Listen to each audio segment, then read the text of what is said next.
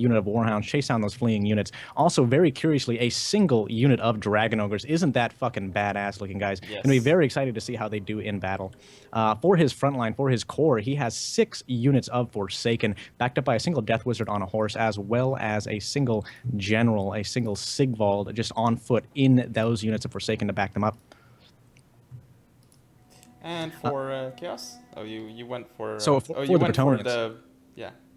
Sorry, I was still looking at the chat. No problems, no problems. What do we got for Bretonnians, TPP? Okay. So for Bretonnians, we have Luan Leoncoeur. I mean, of course we have Luan Leoncoeur. Yep. He's Luan. not banned, so people will bring him.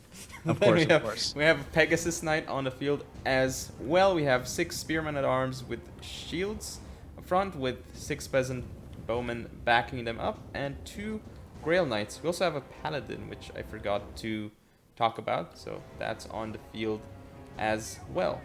Certainly a Paladin in the air, and I like this move right away from Panda Warrior here, getting very, very aggressive with his air units, with Luan Leoncoeur. He knows that he can do absolutely heinous amounts of damage to these Forsaken if he manages to get cycle charges on them, and right now I think it is a priority. It should be a priority for Arrow2daknee to just ignore Luan Leoncoeur, ignore these air units, and just get his Forsaken as quickly as he can into the grips with those Bretonnian forces. Yeah, Panda Warrior is playing this very, very smartly. He's pulling back. As you can see, he's playing the most efficient game possible. He's pulling back with his main line and just letting Luan do the work, as well as those Pegasus Knights. Yep, and Luan can certainly do the work by himself. I mean, this Death Wizard will be a bit of a threat to Luan, but with the nerf on Spirit Leech and with Luan's regeneration, Spirit Leech is really, really not that good versus Luan Leoncoeur. No, it's actually a waste. At least when he's on full HP, yeah, it's a waste. But if he's low HP, you should definitely Spirit Leech him to try and get him off the field for sure. But on high HP, it's not worth it. Truly. And you got to remember, when Leoncoeur is on low morale, he does not regen. And so that is when you want to cast that Spirit. It looks like the Spirit Leech is going to go out anyway for Arrow2daknee. He's going to cast it anyhow. So there it is. Spirit Leech casted on Luan Leoncoeur.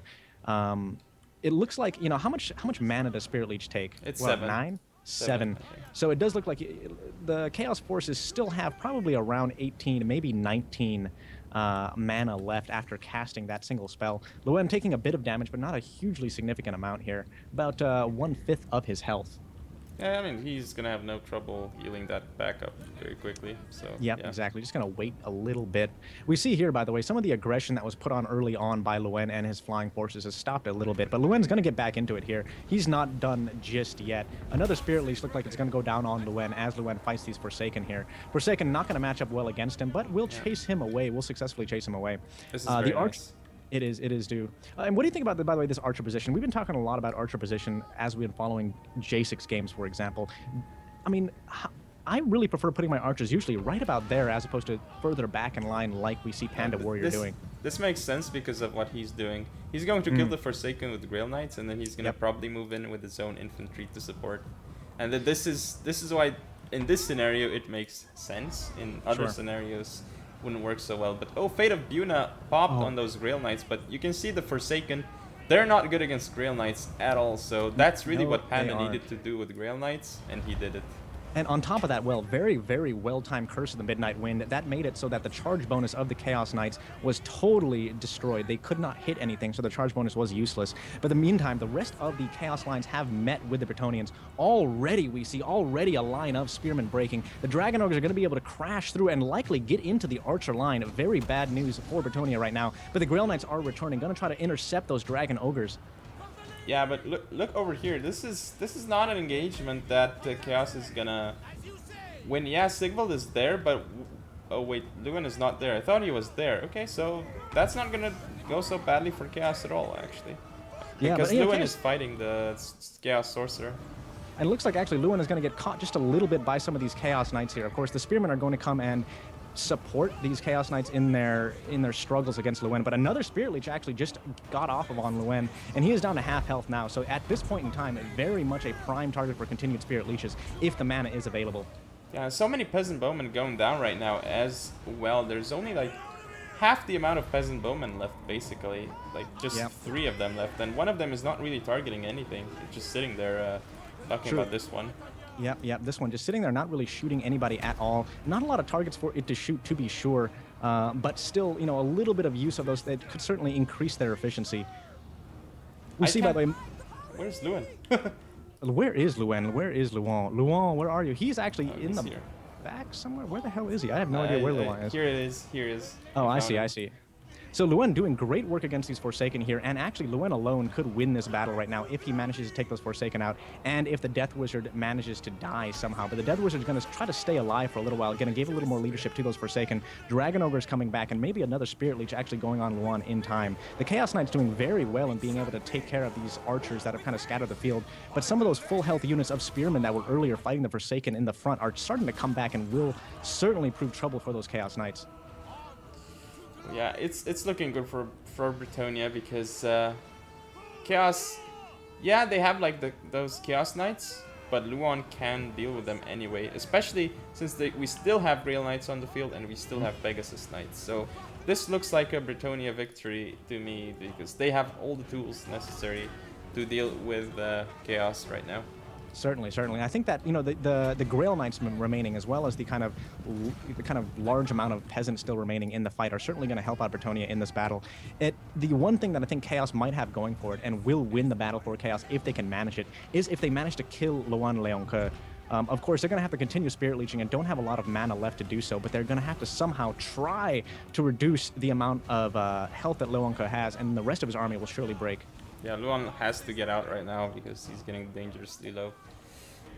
Yeah, he certainly is. Yeah, the Spirit Leech took out about another third of his health, another fourth of his health, but not quite enough, as he really needs to kill Luan outright at this point. More Chaos Knights are running. Most of the Chaos forces actually running off the field. Some of the Dragon Ogres coming back, but, you know, with their morale so low, do you think they're going to be even a significant factor in this battle? They're just going to die to those bowmen. They just Yep. destroyed them. Yeah, there they go, man. Just, you know, the scaly skin really just not quite enough to help these Dragon Ogres out. It's amazing how quickly the Dragon Ogres went down. They broke through the lines incredibly quickly, but even as they started munching on archers, the other archer fire concentrated on them really took care of them very rapidly. Have a nice charge here by the Pegasus Knights into what looks like the Chaos Sorcerer and Sigvald. So Chaos Sorcerer is gonna start dropping quickly in terms of HP here.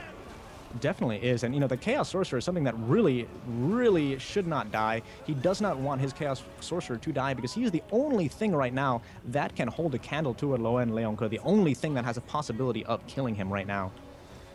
And yeah, we still have a Forsaken unit here. Looks like two guys here, but it's a 13-man unit, but for some reason the other guys are here and they're not actually fighting. Very strange, very strange. Yeah. And they're about to rout here in a quick second. Some of the Pegasus Knights, they did get killed here. Sigvald very effective against them, but he's going to have to watch out because the peasant bowmen have returned, and there's still 6 of them firing arrows on all of these the remaining Chaos troops. Yeah, but I mean, those Pegasus Knights held down both Sigvald and the Chaos Sorcerer of Death while dealing damage to them, so they did their job, especially that we have the Paladin still on the field, and the Paladin is going to kill the Chaos Sorcerer now. Yeah, it looks like he's trying to chase him down right now. Harmonic Convergence is actually off on him as well. That's going to make him a very effective melee combatant, and is going to quickly take care of that Chaos Sorcerer. One more hit left, and the Chaos Sorcerer is dead. Looks like the Chaos Sorcerer, oh, there he goes.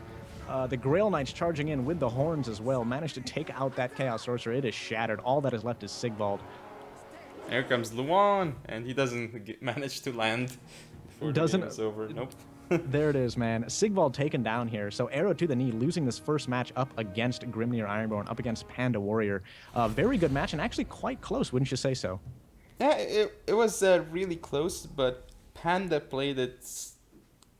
I mean, he couldn't have done better than that. Yeah. Like, he played it nearly perfectly. I think so too. I mean, just the aggressive movements with Loen and his Pegasus Knights, the kind of frontal charge that he used his Grail Knights for to soften up the Forsaken before they hit his lines, the good micro of the archers to target down those Dragon Ogres, those very fast Dragon Ogres, before they had an adequate chance to chew the archers up, all worked very well in the favor of Panda Warrior, and I think that's largely the reason why Sigvald lost here, not through any errors of himself, not any errors that Sigvald himself really played here. One thing that I might note, though, is that, you know, the reason it didn't look close near the end of the battle, but the reason I say that it was close was at one point Sigvald had nearly the entire Bretonnian army routing. And if he had been a little bit more lucky, perhaps, or maybe, maybe the micro, if it was a little bit more on point, and had gotten all of his fast cavalry warriors to chase those guys down, then that would have been so much better. But instead, those guys got caught up in combats with spearmen and were instead not able to, finish off those breaking Bretonnian units, and they came back and, of course, finished the day. Yeah, the Forsaken were just slowed down by Luan so much. Yep. Before getting into the fight with the spearmen. And what really sealed the deal, I think, was those 2 Grail Knights charging and getting rid of 2 Forsaken right off the bat.